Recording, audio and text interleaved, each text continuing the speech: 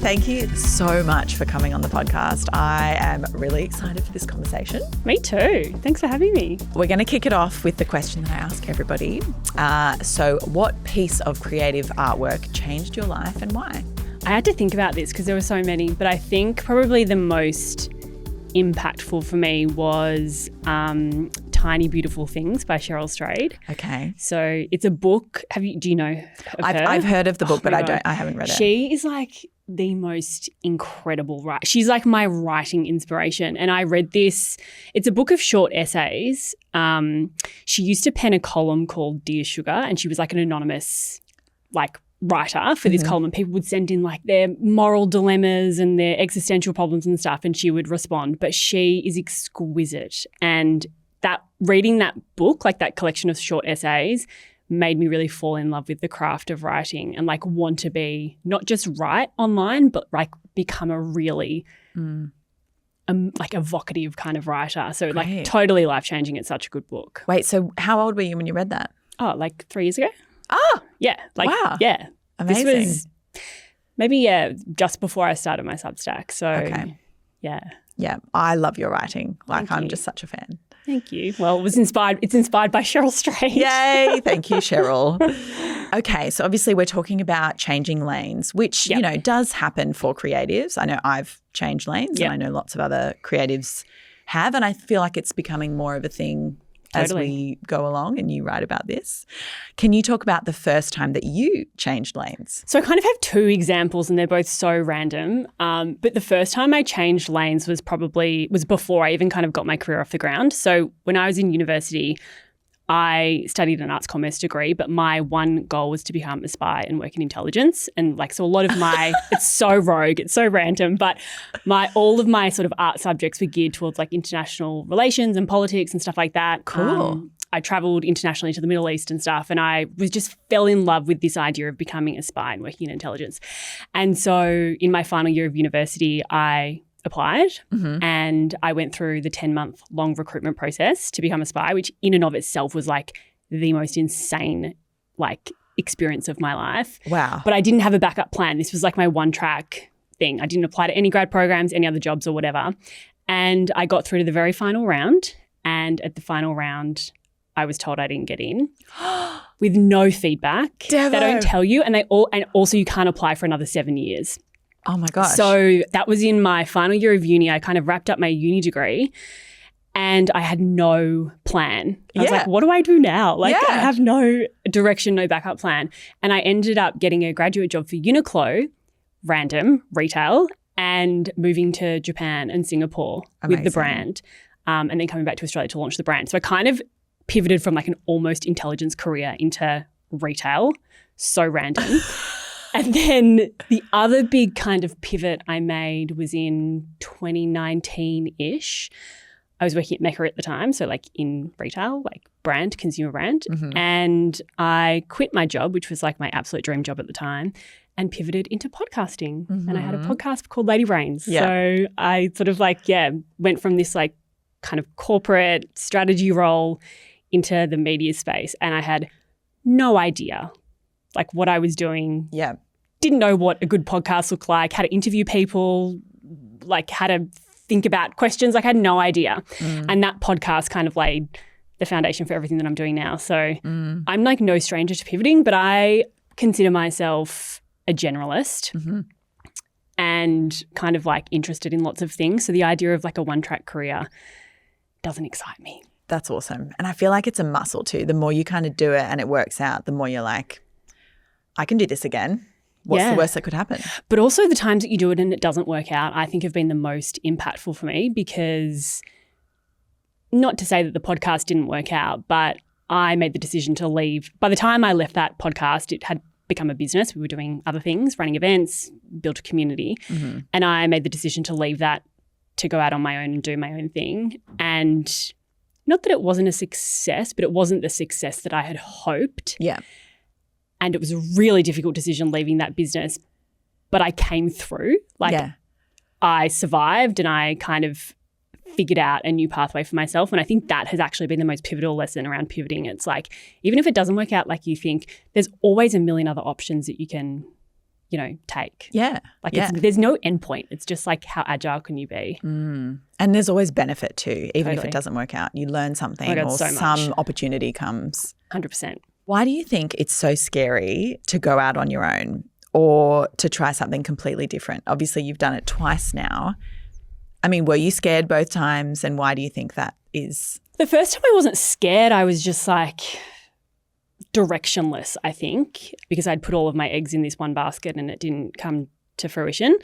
I think the second time I was really scared. And for me, the fear was I am walking away from 6 years invested in this brand and in this business, in my podcast, Lady Brains. So much time, so much effort, so much money. And I had a real fear around like walking away from that and kind of giving that all up.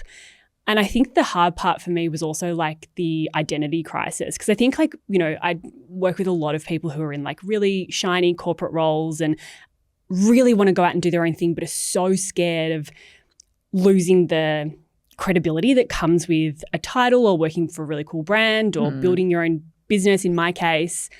And I was sort of like, oh my God, like who am I without this brand and business and podcast that I'd spent it was 7 years all up building.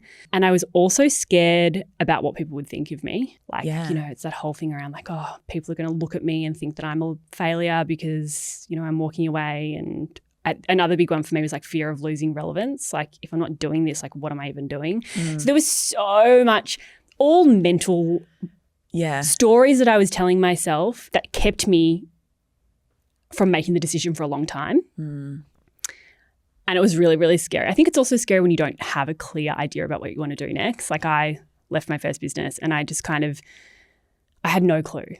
I was like, do I get a job? Yeah. Do I like try and win some client work? Do I start writing? Like what am I doing? And I kind of, obviously figured it out, but there's so much fear wrapped up in that. Yeah. But it all works out. Like I'm a massive believer that like the worst decision is no decision. And if you're thinking about pivoting and changing lanes, like it's only going to increase your experience and capability and mental resilience and all of those things. You talk a lot about the portfolio career. I do. And I can see that it is really resonating with so many people. For creatives especially and freelancers, this type of thinking is not usually somewhere people begin, but rather they come around to. What traits are you seeing from your mentees or common themes when they are coming to this space? Yeah, it's really interesting. So for those that don't know, a portfolio career is basically a career that's made up of lots of different types of income streams, offers, creative pursuits, projects. It's a little different from freelancing because a portfolio career can be made up of lots of different kinds of disparate kind of types of work. So I'm mentoring someone who has like a part-time strategy role at a tech company and also is working at a bakery. I mentor people who are kind of on advisory boards and do some client work. I, mentor content creators who've monetized in lots of different ways. So it's the idea that you can kind of stack income streams, both products and services together to create a portfolio of like opportunities, really. It's really interesting. So when I started writing about this in 2024, I was writing about it through the lens of like the opportunity that this kind of gives you, not only in terms of earning potential and stuff like that, but also as a generalist, as a multi-passionate, it's like, oh my God, this is like a career structure that kind of makes sense of all the different things that I want to do. It was really empowering. And I was talking about it in terms of the upside.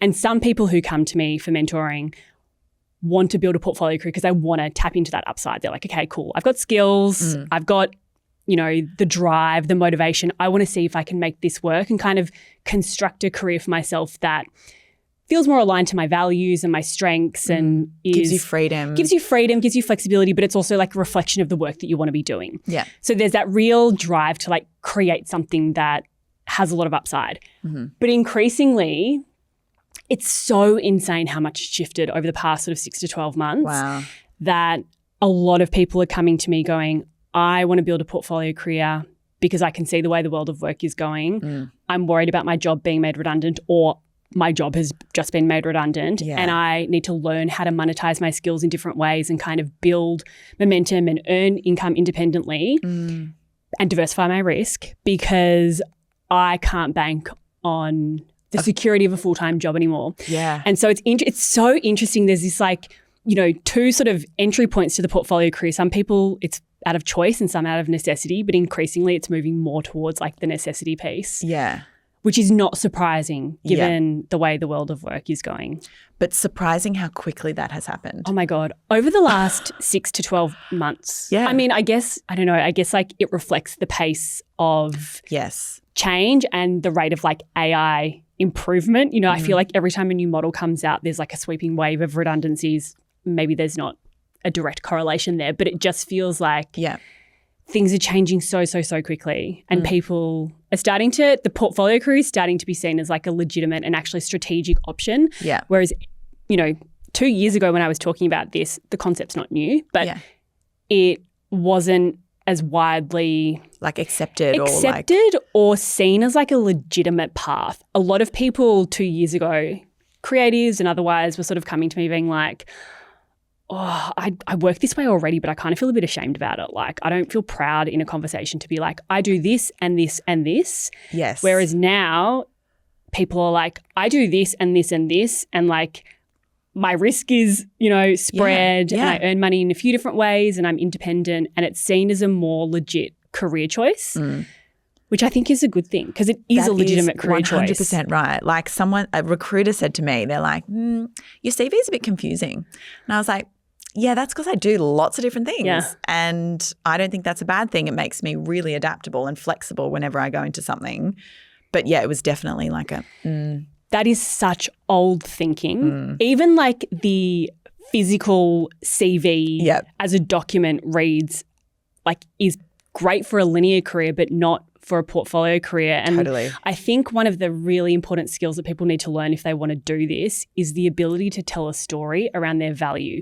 In a traditional context, it's like, okay, I worked at this company and I had this role and you know, that gets the attention of like a hiring manager or a client or whatever. But when you do a lot of disparate things, you have to figure out like what is the story that you're telling the market about who you are and your value. I think that storytelling skill, if you can figure out how to tell a good story, it almost like you can kind of do everything. It's like building that narrative too. It's sense making. Yes. 100%. So with your mentees and people that you come across, what tends to come up for people in terms of obstacles and challenges? So many things. Yes. So many things. I think the biggest thing is overcoming the fear of putting yourself out there. Being seen.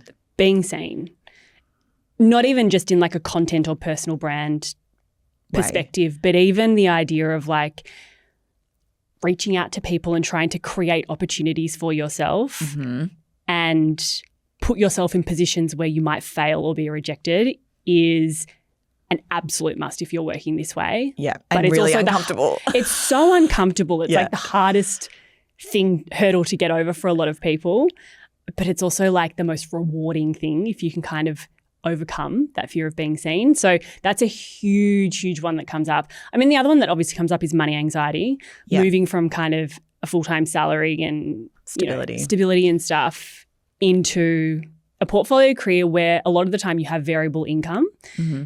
That is stressful for people and understandably so.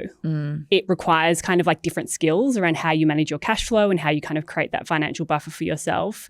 But it can be overwhelming when you're like solely responsible for your survival. Yeah. So I think that's a real big shift that people need to make. You touched on something that's like really amazing is how you kind of handle the finances in the beginning. Yeah. Can you talk a little bit about maybe some of those skills that you've implemented or had to learn in order to kind of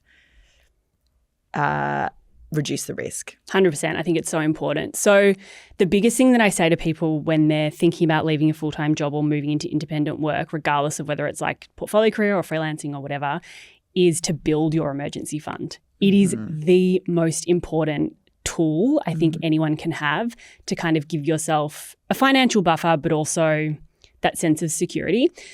Everyone's different, and I'm not a financial advisor. Yes. But my personal rule for myself is that I always try to have 6 months worth of my expenses in a slush fund that I don't touch. And I think the first thing you need to do if you're thinking about doing this is understanding like what your monthly expenses are at a starting point. So, I do this exercise with my mentoring clients, which is like, okay, let's list out line by line, what are all of your basic expenses? Like I call this the survive number. I don't know if you've heard about this concept before, but like hard costs? Yeah, like your rent, your mortgage, your bills, transport, food, groceries, healthcare, like all of the things that if you were in a cash crunch and you needed to pull right back, what does that number look like for yourself each month? And then times that by however many months runway you want. So for me, personally, that's 6 months.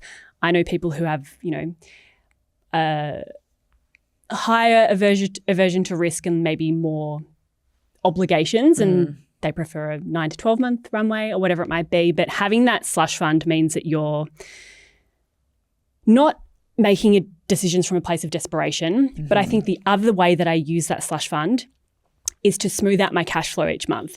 So if I have a month where I earn less than my survive number or where I don't earn, enough, then I will top up from my emergency fund to smooth out cash flow so that I pay myself the same amount every fortnight. Yeah. And I've been able to do that for the last 3 years because of this kind of system that I've created.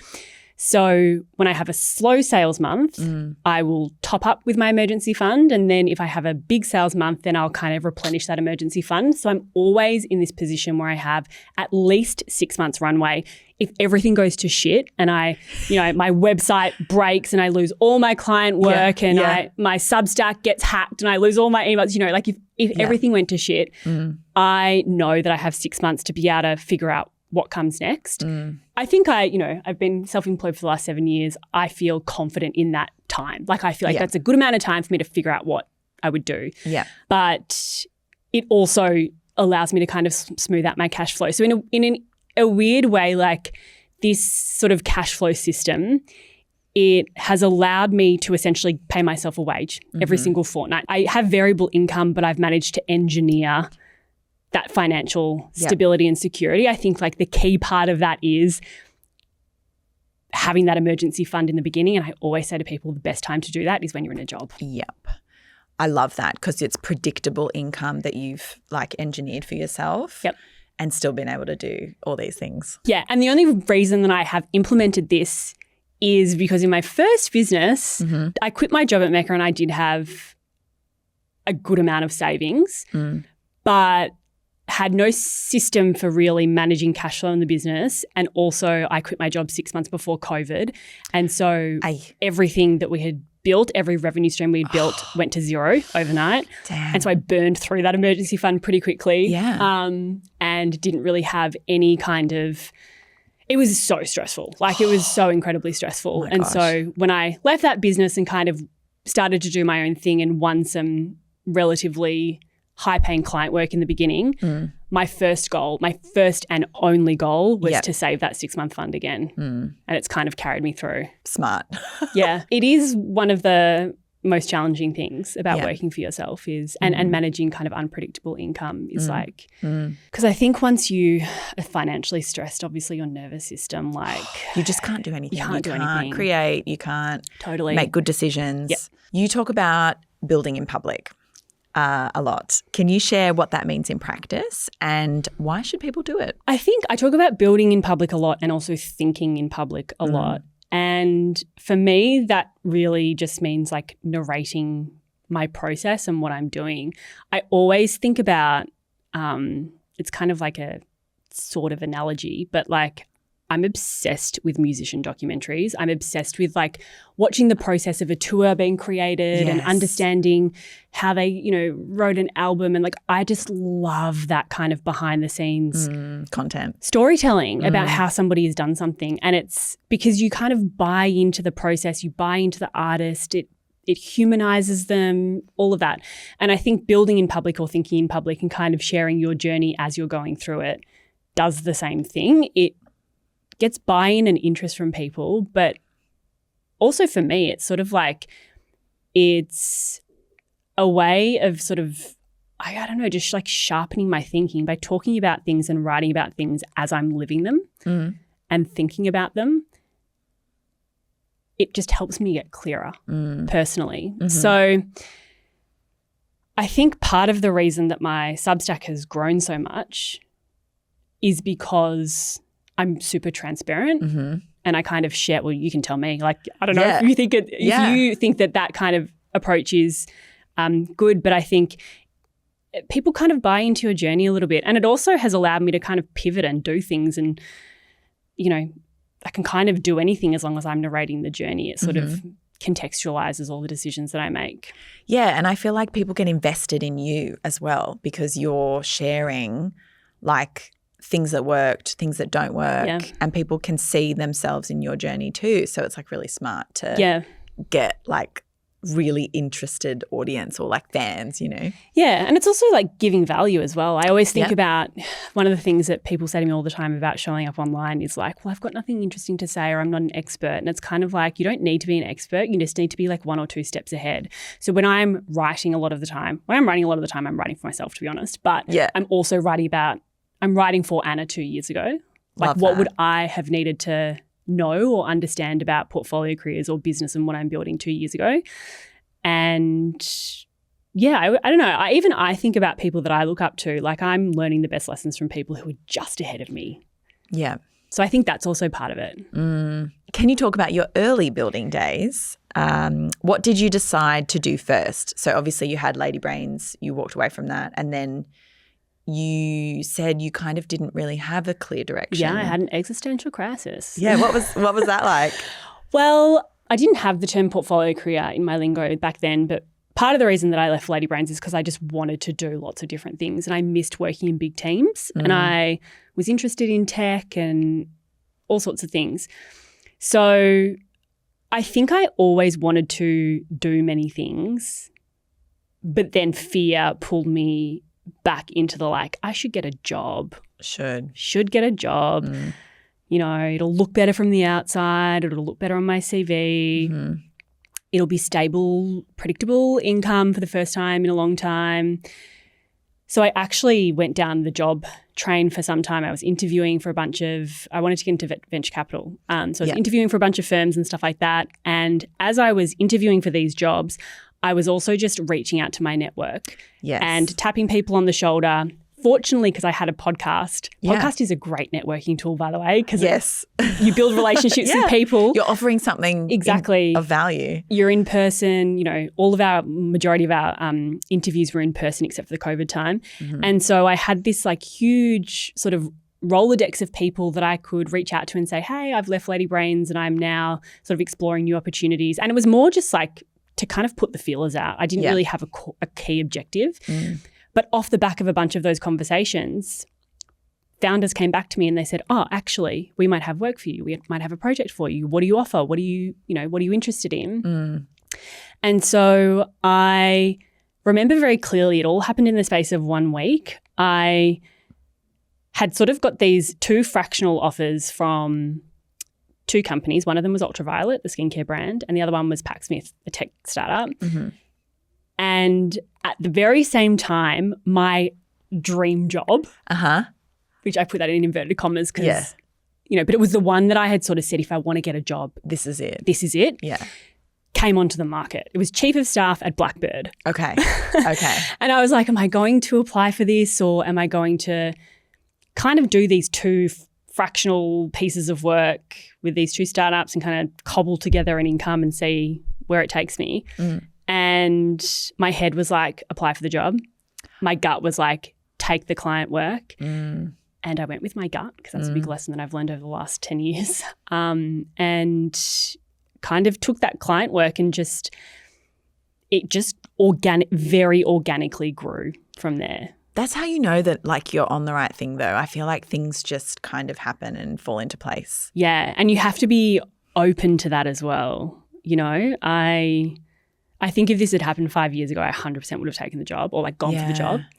But there was something in me that was just like, take these 2 gigs. It was like it equated to about 4 days worth of work and more than the full-time salary of the role that I would have gone for. So I was like, okay. Yeah. I remember doing that and I was like, hang on. Yeah, what? Yeah. Let me just recalculate. Like, hang on. This doesn't make any sense. Yeah, great. So I chose to do that, started writing on the side and then the whole portfolio career thing just kind of organically almost like built itself in a sense. There's a couple of things in there. Like first, go with your gut, which is hard to do. So hard. And I think you have to practice doing that. But then also like the financial thing, like I guess, you know, it's really hard to know how to price yourself. Mm-hmm. And if you're doing something a little bit new or different, you tend to want to offer less just to kind of get a rung on the board, so to speak. Yeah, 100%. I mean, I had come out of Lady Brains with my confidence totally shot. I was like, do I even have skills? Damn. Yeah, I was like, I don't know what I have to offer. Like, do I have skills? Like, how do I even price myself or whatever? And the first, not those two fractional clients, but the first sort of like bits and pieces of work I did, 2022, 2023, oh my God, I underpriced so insanely. But like you do. You sort of have to accept that you don't know what you don't know. And as you kind of win work and realize, oh yeah, actually I can hold my own with these clients or in this team, I probably should increase. And that's actually what I've done. You know, for every service that I've offered, I have priced lower and gradually increased prices in every sales conversation over time. And you kind of get a sense of like, okay, where's the ceiling here? Yeah. Am I yeah, exactly. And so, I mean, that's worked for me. Great. And that is also a muscle, like just saying the number and then shutting up. Yeah. Waiting. Yeah, it's tough. Yeah. Okay, let's bring it back to our core listener, which is the creative or freelancer. If I'm starting out or changing lanes, can you give me 3 things to think about when working out how to lay the foundations for a portfolio career? Obviously, you touched on the emergency fund. Brilliant. What are 2 other things that I might want to think about? So I'm a strong, strong believer that every single opportunity comes through a person. Every client, every customer, every invitation to speak on a podcast, like it all comes through people. And the bedrock, I think, of any strong service-based business is your network.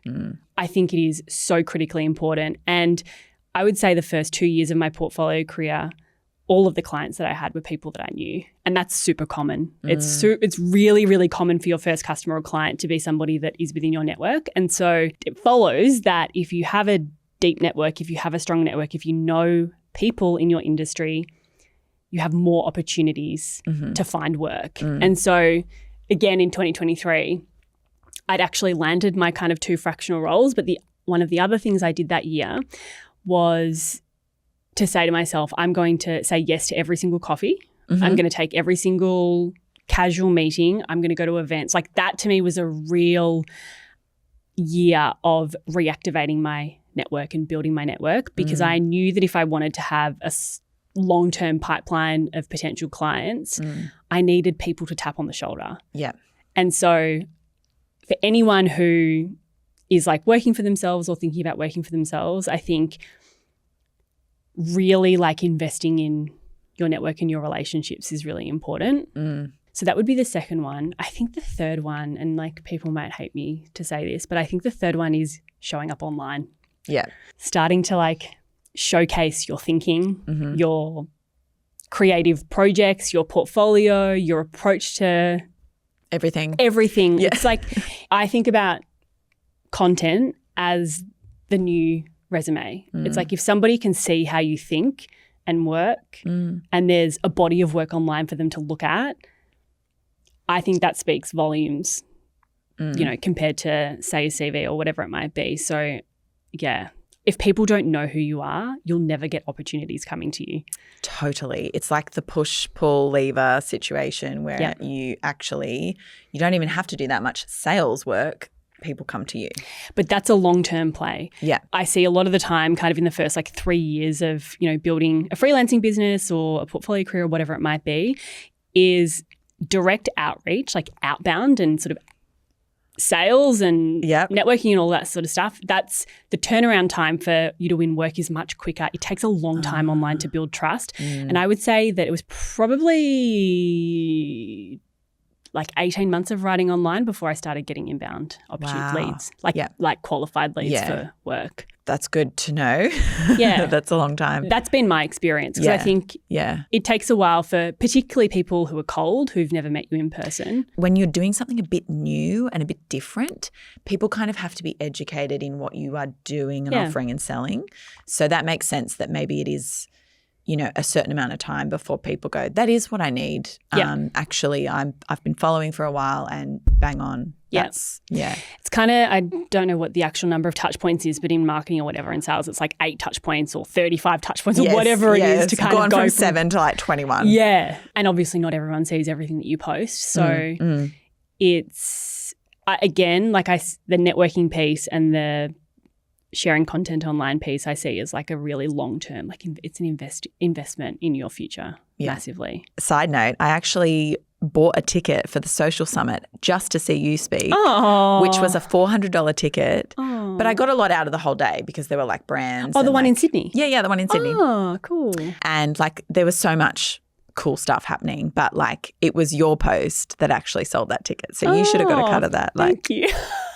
Okay, cool. So what has surprised you about this kind of career? What did surprise me when I first started doing this was how lucrative it can be. Great. In a sense, there is like no income ceiling. Yeah. But in the same breath, the floor can like bottom out beneath you at any time. So there's a lot of earning potential working this way, but you also have to be comfortable with like risk and just like navigating the ups and downs and being okay with things not going to plan. So it's kind of like this really, it's like any business, to be honest. Yeah. It's that kind of risk reward kind of thing that you have to balance. It's interesting because I also am like contradicting myself here, but also in the same breath, I feel like a portfolio career is a mitigation against risk because I was going to say safer than a full-time job, really. And one of the things that I talk about a lot is how you can kind of structure your income streams to manage that risk. So I always talk about this idea of having a core income stream.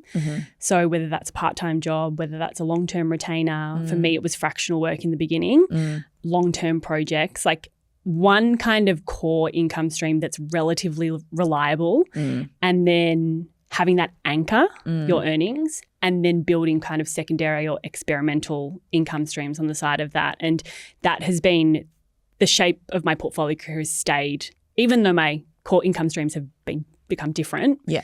I've always had like one thing that has anchored my work. And so again, that can kind of provide a little bit of security and stability. But you have to be, I don't want to like paint a picture that it's like all easy. Like it's not like any business. And it sounds like the way you've created that system, that's a good way as well to plan because, you know, you've got this one thing for a certain amount of time or whatever, and then you can kind of, you know, add on capacity-wise and take off. Or take off. Yeah. Sometimes like the most strategic thing you can do is kind of scale back and just focus on one or two things. So or say no as well. Yep. I recently moderated a panel where one of the, like a director who's kind of done a whole bunch of different things, she said like the power of saying no has like earned her way more money than if she'd said yes to everything because when you say no, you become a bit more like hot property. Yeah. And they go, oh, well, what about for this amount and like double it and stuff. So it's hard to do that in the beginning though when you're like, oh, I don't want to close doors or whatever. But I think I'm not quite there yet with saying no, just like me either. Everything. So far from saying no. Yeah. Yeah. Can you give us some examples of plans or wins that worked out beautifully for your clients and also when it went completely the other way? What were some of the strategies? Yeah. So one of the ones that is like top of mind because this happened a few weeks ago. So one of my mentoring clients had come to me and she had just exited. So she was a founder. She's based in New York. She had sold her tech company and she was sort of writing online and she was really sort of like trying to figure out how to monetize. She's like, how do I monetize my audience? How do I monetize my newsletter? How do I build all of these offers? And she found herself in this position where she was like doing what she thought she should be doing versus what she was actually drawn to do. And, you know, we had many conversations about how she should be structuring her portfolio career and, you know, not putting constraints around her that don't need to be there and all that kind of stuff. And I'm a very big believer in like exploration and experimentation and not trying to like constrain yourself. And we kind of like turned her whole strategy on her head, and she kind of canned her entire proposition, and she started from scratch, and she gave herself the creative space to experiment and explore and write about whatever she wanted to write about on Substack within the realms of a few different kind of verticals. And it was actually insane after she kind of had this mental unlock. I think the next post that she wrote on Substack went viral. A book agent reached out to her. What? She has just like discovered this niche online that is so aligned with her skills and her love and passion. And she's building from a place of inspiration versus anxiety. And authenticity as well. And authenticity. It's a real balance when you're building something to figure out the intersection of what does the market need and care about and what do I love? Finding that slice in the middle is like lifelong work for a lot of people. It's really, really difficult. But sometimes it's like you need to give yourself space to kind of figure out what that is. Is that like Ikigai? Kind of, yeah. Yeah, I love that. Like, because, you know, so I have a toddler and we watch a lot of Miss Rachel and Miss Rachel talks about how every person has something beautiful to offer the world, right? And I think that's it. Like if you can just tap into what that thing is that you can only do, the thing that is you expressing what you love, what you could talk about for free for hours and hours and hours, and then also marrying that up with some sort of gap in the market and being able to articulate it and productize it, then like golden. It's tricky, but I do see a lot of the time people building what they think the market needs versus like what they actually want to be doing. And it can be, I guess, a financially lucrative way to do it if you are really clear about what problem you're solving in the market. But unless you enjoy what you're doing, you can't sustain it. You got to love it. What's the point? So you've changed lanes a few times in your career and expanded your horizons. You've not been afraid to finish something and walk away if you felt compelled to. Can you talk about the beauty of changing your mind or, for lack of a better word, pivoting? I think sometimes people get scared, as we talked about, to let go of something they've invested a lot of time and energy into. Yeah, I think pivoting needs a rebrand. It's sort of like So 2021 or something. But it's all just like has this negative connotation. Like if you're pivoting, you're scattered or you don't know what you're doing or you lack credibility or you're all over the place or whatever. I mean, I had all of those stories and fears a few years ago. But I think it is the smartest thing that you can do in today's world, honestly. Like who knows what the world of work is going to look like in a year, let alone 5 years. And I think if you're able to pivot and be responsive and let go of any, I guess, shame or fear around that, I think you'll be successful. I think the people that won't be successful or will struggle over the next 5 years are people who aren't willing to pivot and kind of let go of things. I think there are no sacred cows anymore. It's like nothing is too protected or precious to walk away from because like everything's changing. I don't know. Also, I think in my experience, like pivoting has opened up like some of the best chapters. You don't know that before you do it, so it's hard. But there's an element of like trust that you need to have in yourself that you'll figure it out. Yeah. Can you talk us through any trends in the market right now from your perspective and your lens? So like the portfolio career, anything that's coming up firsthand with your clients, mentees? I mean, I think the biggest trend is just like this massive fragmentation of the workforce and the rise of independent work. There was a study that I came across recently. It was based in the US, but it said that 1 in 4 of knowledge workers and professionals in the US are now working independently, which is insane. Wow. I don't know whether that was like full-time independent or earning independently alongside a full-time job, which I guess is another way of thinking about a portfolio career. But there is this huge shift, I think, both from a macro level and an individual level away from the full-time job. Like the culture of work is almost shifting away from the full-time job into independent work. I think AI is playing a huge part in that. I think culturally post-COVID, everyone's tired. Like I don't know whether you saw the trend that went around TikTok and Instagram a couple of months ago, but it was all about the great millennial career crisis. Yeah. And how our generation are, disillusioned with the path that we've been on for the last, 10, 15 years of our career and are kind of wanting to hop off the corporate ladder and do our own thing or create a life that's more aligned. I think the portfolio career is like almost like the symptom of these underlying feelings, but I also think it's a response to the changing way the world works and like the changing job market and stuff with AI kind of coming in and shaking things up. So it's exciting. It's also scary. Yeah, yeah. Who knows what's going to happen in the next 5 years? But I think as well, like what you said about COVID, the work from home thing, I think changed a lot of like people's thinking around output versus like time in the office. Like I show up 9 to 5, whereas at home it's like I can do my job in 2 hours. Great. I've got the rest of the day to do my own thing or whatever. Couldn't agree more. It feels like a lot of the like systems and structures and norms and rules that have kind of held together the world of work and like society at large are kind of like starting to splinter a little bit. Yeah. So this is like, asking your secret sauce, but where do you get your best ideas from? Or like where do you get like inspo from? Kind of everywhere and nowhere at the same time. I was thinking about my answer to this question. I'm like, where do I get my inspiration from? I think sometimes stuff literally just pops into my head. Great. I don't know, Elizabeth Gilbert, like in her book Big Magic, talks about this, and she's almost like her view and her framing is like it's almost like a spiritual process, like stuff from the universe just like comes and pops into her head, and that absolutely does happen for me. But I think a lot of my inspiration comes from podcasts, books, conversations. So much inspiration comes from conversations with my mentoring clients. Like so much of my writing ideas and Substack ideas come from conversations I have with people, conversations with people like you, like just all around me. TikTok. Yep.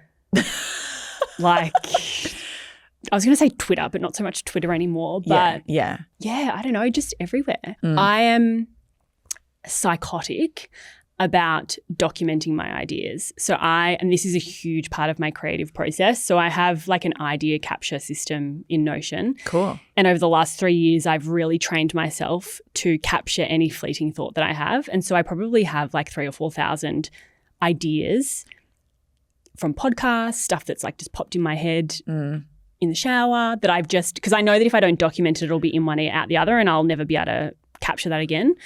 And so part of my process for writing when I kind of sit down every week to do my Substack is I'll look at that huge database of ideas, which are kind of categorized into different sort of pillars or categories, and be like, okay, what do I want to write about this week? Brilliant. It's probably like the most impactful thing that's allowed me to be consistent over the last 2.5 years of writing. And that's a system that you've built. Like that's genius. I'm really type A. If you haven't realized everything in my life is systemized, it's crazy. But it kind of fabulous. It allows me in a weird way. It allows me to be creative because all of the sort of minutiae there's a process for it. Yeah, the admin and the barriers are removed. Correct. To be creative. That's all for questions. Thank you so much. This has been amazing. I just think, you're so articulate with everything you say and you obviously have honed this amazing kind of career and way of thinking and systems in place. And I think everyone's going to get a lot out of this conversation and you and your work. Thanks for having me. It's been fun.